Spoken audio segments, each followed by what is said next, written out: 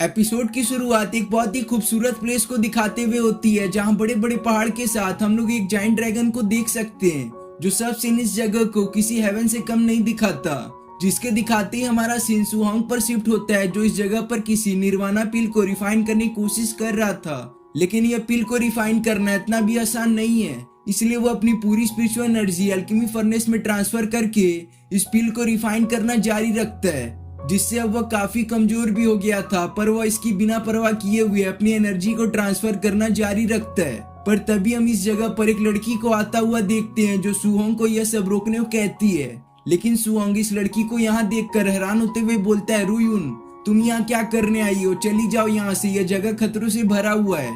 जिसे सुन रुयुन कहती है, अच्छा यह बात है, पर तुम ज्यादा चिंता मत करो, मैं तो बस तुम्हें यहाँ पर जान से मारने आई हूँ। जिसकी ये बात सुनकर सुहोंग रुयुन को गुस्से में बोलता है, तुम्हें क्या बोल रही हो? तुम्हें किसी ने पॉजेस यानी काबू में तो नहीं कर लिया है? अभी बस मुझे तुम इस निर्वाणा पिल को रिफाइन कर लेने दो, इसके बाद मैं तुमसे बात करूंगा।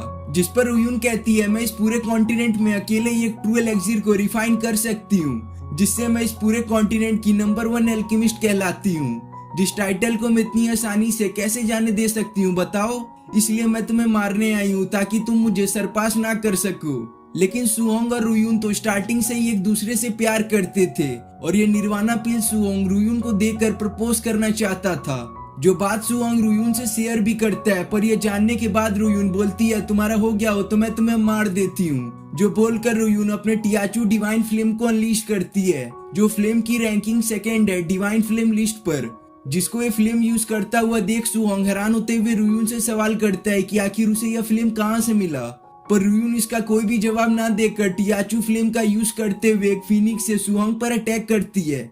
जिस अटैक को अपनी ओर आता हुआ देख सुहोंग इस रिफाइनमेंट प्रोसेस को टेम्पररी रोककर इस फिनिक्स से बचना स्टार्ट कर देता है। पर यह फिनिक्स काफी बुरी तरह से सुहोंग के पीछे लग चुकी थी, जो रास्ते में आने वाले सभी चट्टान को बर्बाद करते हुए सुहोंग के करीब पहुंचने लगती है।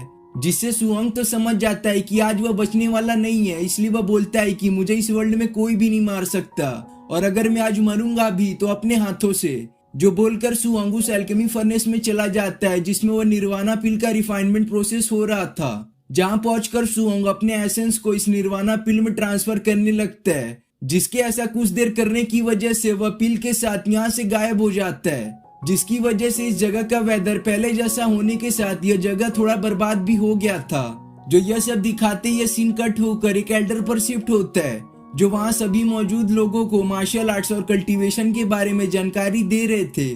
बोलते हैं मार्शल आर्ट्स को अच्छी तरह से प्रैक्टिस करने वाला ही वॉरियर बनता है, पर इसके साथ एक स्ट्रॉन्ग कल्टीवेशन बेस भी होना चाहिए, जो आप अपने माइंड, स्ट्रेंथ, बॉडी और करेज को कल्टीवेट करके अचीव कर सकते हैं। जिनकी बातों को सू फेंग, जो इस सीरीज का हीरो है, बहुत ध्यान से सुन रहा था।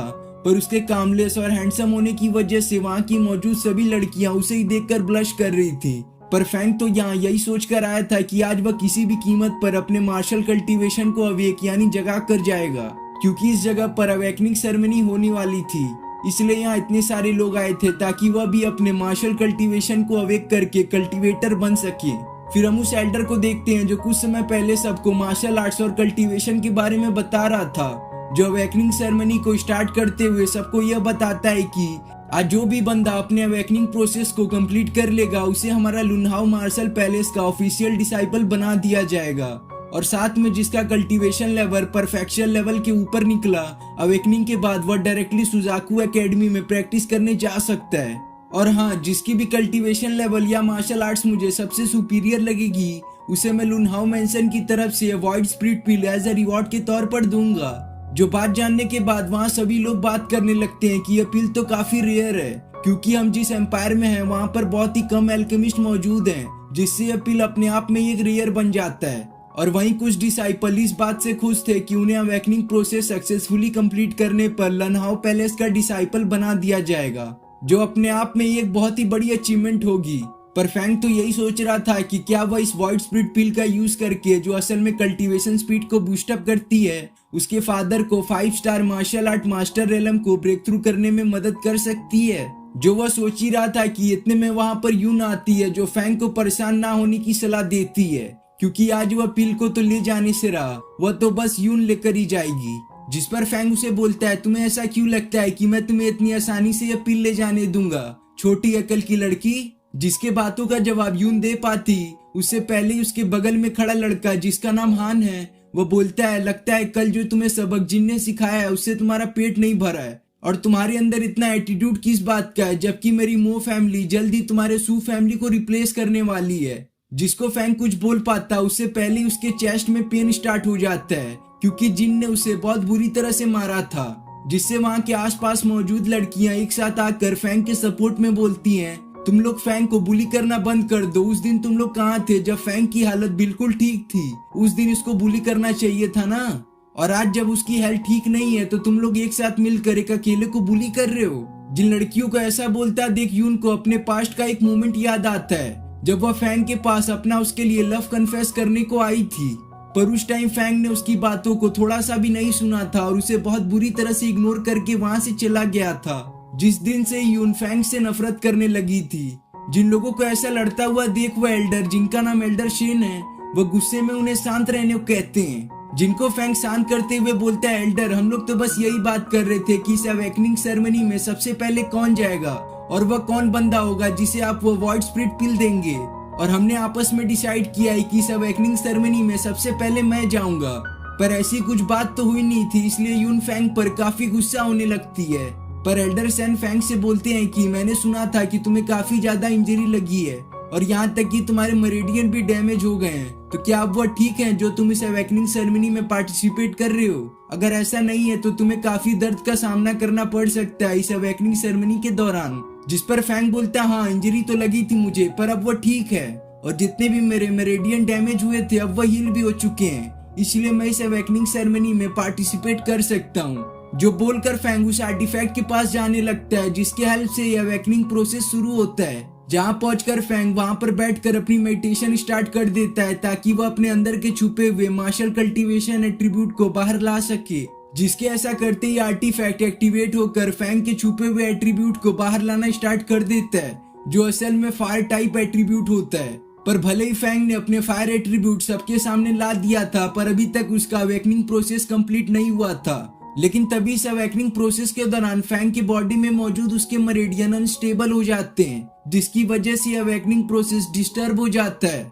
जिससे देखते ही देखते फैंग को काफी ज्यादा पेन और उसके बॉडी में क्रैक्स पड़ने स्टार्ट हो जाते हैं। जिन सब का यह मतलब था कि फैंग की बॉडी का इंजरी अभी बिल्कुल भी हील नहीं हुआ था और उसके मेरिडियन अभी भी डैमेज थे, जिसके अवेकनिंग प्रोसेस को फेल होता हुआ देख वहां पर सभी मौजूद लोग जो फैंग का मजाक उड़ा रहे थे अब वह फिर से फैंग को बुरा भला बोलने लगते हैं। बोलते हैं यह तो लूजर है, तो कुछ बोलते हैं कि यह तो एक वेस्ट है। पर फैंग उनकी बातों पर थोड़ा सा भी ध्यान नहीं देता और अपने अवेकनिंग प्रोसेस को कंप्लीट करने की कोशिश जारी रखता है। जिन सब में फैंग को उस टाइम का विजन आता है जब रूयून और सुहोंग काफी अच्छे फ्रेंड हुआ करते थे, जिस विजन में वह उन दोनों को एक साथ देख सकता था कैसे वह एक दूसरे की केयर करते हैं, और साथ में उसे वह भी सीन दिखता है कि कैसे रूयून ने सुहोंग को धोखा दिया था, जिस धोखे के बदले में सुहोंग को अपनी जान देनी पड़ी थी। जिन सब सीन को फैंग के आंखों के सामने आने का मतलब यह था कि फैंग ने सुहोंग के सभी पावर और नॉलेज को इनहेरिट कर लिया है, क्योंकि फैंग सुहोंग के ब्लड लाइन से बिलोंग करता था और सुहोंग उसके एंसेस्टर थे,